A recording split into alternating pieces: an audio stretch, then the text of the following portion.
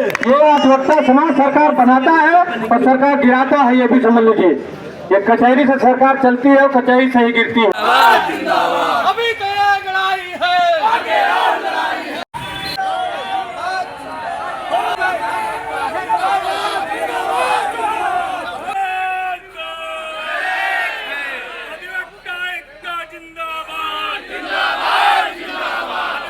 पड़े हैं तो थोड़ा सा साथ वाला भी आप बता दीजिए कैसे समस्या का निस्तारण होगा। हमारे जिलाधिकारी बहुत ही सुलझे हुए, कोई शक नहीं। वो अगर जरा सा हिंट दे देंगे हमारे पुलिस अधीक्षक महोदय को तो ये घटना 24 घंटे के अंदर खुल जाएगी। मैं पूरे माइक से वादे से कह रहा हूँ।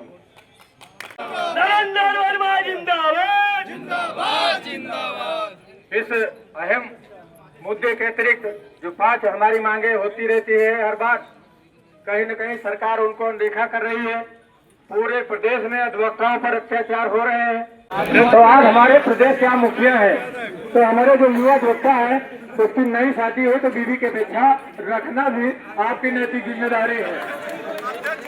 ये बात सही है क्योंकि मैं उस रास्ते से गुजर चुका हूँ जब मैं 5 रुपए 2 रुपए सीनियर के माध्यम से पाया करता था।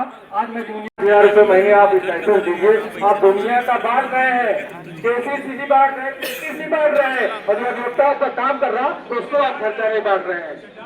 जो कर्जा ले रहा है महाचोर, जो कर्जा नहीं जमा कर रहा उसका आप कर्जा माफ कर रहे हैं। और जो अधिवक्ता दिन रात आपके न्यायपालिका में काम करता है तो उसको आप 5000 रुपए स्टाइपेंड देने में आपको शर्म लगती है माननीय मुख्यमंत्री जी। इसलिए इस पे आपको विचार करना होगा, वरना बार काउंसिल का चुनाव 11, 12, 13, 14, 15 होने के बाद पूरे प्रदेश में सरकार गिराव अभियान चलेगा। निश्चित तौर पर समझ लीजिए अगर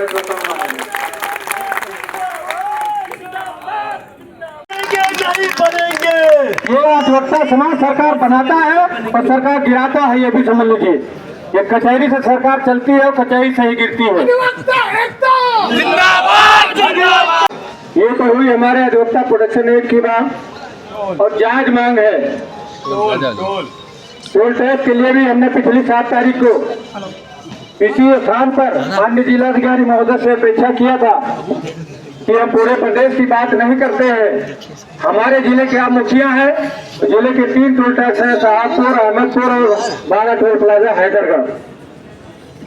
तीनों टोल प्लाजा पर हालांकि जहाँ तक मुझे जानकारी है अधिवक्ताओं को छूट मिल रही है, लेकिन 100% नहीं मिल रही है। विश्वास के साथ कहना चाह रहा हूँ 100% नहीं मिल रही है। तो ये जिलाधिकारी महोदय के जो संदेश वाहक हो उनसे निवेदन करेंगे तो जो अभी अधूरी छूट मांग हमारी अधिवक्ताओं की है वो शीघ्र आप जो भी रोड वाले हो टोल टैक्स वाले बार संघ मीटिंग करा दी है, उनकी ऐसी की तैसी 1 मिनट में सही कर देंगे।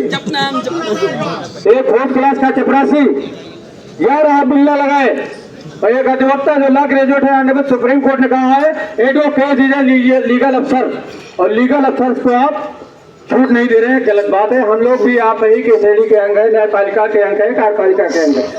अगर वकील मुकदमा नहीं करेगा तो आप ताली बजाएंगे, डेस्क पे बैठ के कुछ नहीं कर पाएंगे। निश्चित समझ लीजिए अधिवक्ता आपके कार्यपालिका न्यायपालिका का अंग है, तो जैसे आपको लाभ मिल रहा है उसे हमारे अधिवक्ता भाइयों को भी टोल टैक्स पे छूट मिलनी चाहिए।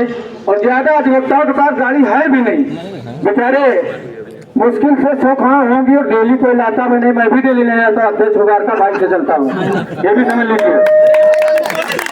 इस महंगाई की मार में सबकी बात बस की बात नहीं है कि डेली स्कॉर्पियो टीवी से चले।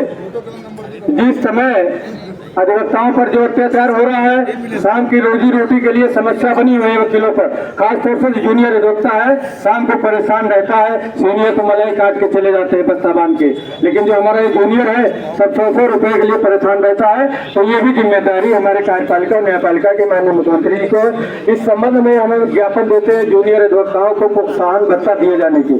प्रोत्साहन भत्ता देखिए 2 प्रदेशों में चल भी रहा है। हमारे भाषण में पास भी हुआ था और पूर्व में माननीय मुख्यमंत्री जी ने आश्वासन भी दिया था कि जूनियर अधिवक्ताओं को जो 5 साल के नीचे है उनको 5000 रुपए स्टाइपेंड दिया जाएगा। इसलिए दिया जाएगा, देखिए जूनियर अधिवक्ता के पास कोई फाइल नहीं होती, कोई मुकदमा नहीं होता, और नई शादी होती है उसके भी नई बीवी होती है, वो भी अच्छा करता है कि हमारा पति आज हमको बढ़िया रेस्टोरेंट में खाना खिलाए।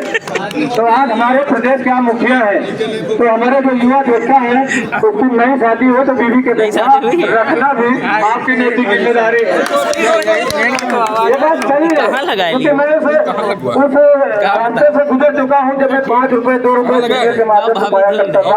आज मैं जूनियर की पीड़ा समझ सकता हूँ।